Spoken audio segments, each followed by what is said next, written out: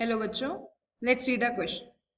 Our question says a substance reacts according to first order kinetic and the rate constant for the reaction is 1 into 10 raised to the power minus 2 per second.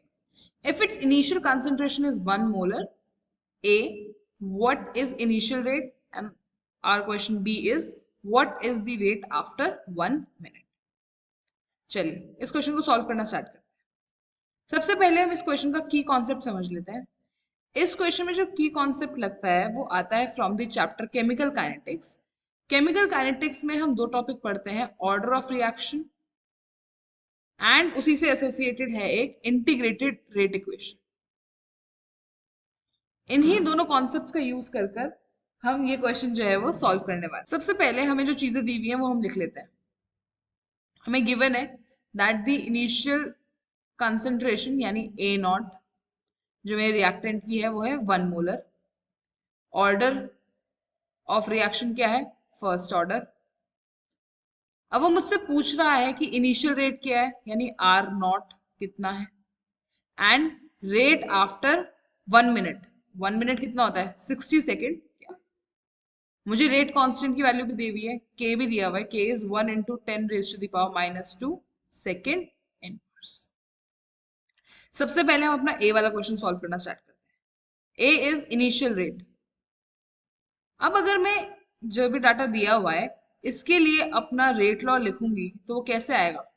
Are naught is equal to k initial concentration A naught. First order kinetics है तो order कितना हो गया? 1. मुझे are not ही निकालना है. R naught is equal to 1 into 10 raised to the power minus 2 and initial concentration is 1 molar raised to the power 1. तो मेरा आर नॉट कितना बनता है? आर नॉट बनता है 1 into 10 raised to the power minus 2 मोल पर लीटर पर second. This is my initial rate of the reaction. तो मेरा जो ए वाला क्वेश्चन था वो तो सॉल्व हो गया. अब हमें सॉल्व करना है अपना जो बी वाला क्वेश्चन है, that what is the rate after 1 minute. Rate after 1 minute निकालने के लिए मुझको कंसेंट्रेशन कितनी बचेगी आफ्टर 1 मिनट ये पता होना चाहिए. तो उसके लिए हम क्या करेंगे? उसके लिए हम लगाएंगे अपनी इंटीग्रेटेड रेट इक्वेशन. हम जानते हैं that for first order kinetics, जो फर्स्ट ऑर्डर की काइनेटिक्स होती है उसके लिए मेरा जो फॉर्मूला होता है के का वो क्या होता है? 2.303 divided by T, T is my time, log A minus x. ये जो ए है ये मेरा इनिशियल कंसेंट्रेशन है और ये जो एक्स है इसका मतलब होता है कितना डिसइंटीग्रेट हुआ.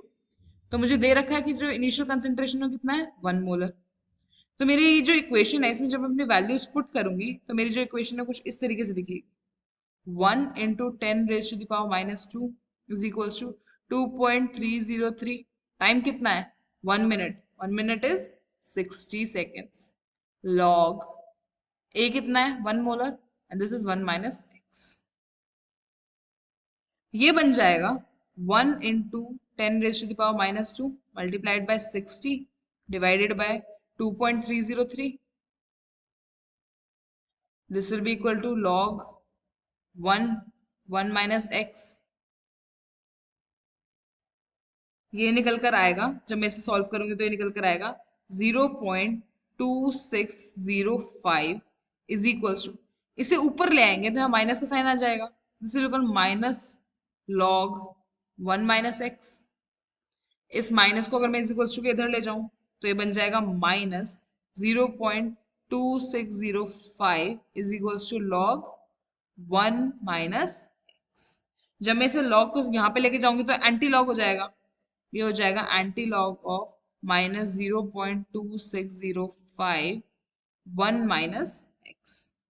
तो यहां से जो मेरे 1 माइनस एक्स यानी जितना डिसइंटीग्रेट हो उसकी जो वैल्यू आएगी वो कितनी आएगी? वो आएगी 0.5489 मोल पर लीटर. ये आई है मेरे 1 माइनस एक्स की वैल्यू. अब यही चाहिए, यही तो कंसेंट्रेशन बची होगी ना. जो मेरा रिएक्टेंट है जब 60 मिनट हो गए होंगे तो उसकी यही कंसेंट्रेट 60 सेकेंड्स हो गए होंगे तब उसकी ये कंसेंट्रेशन बची होगी।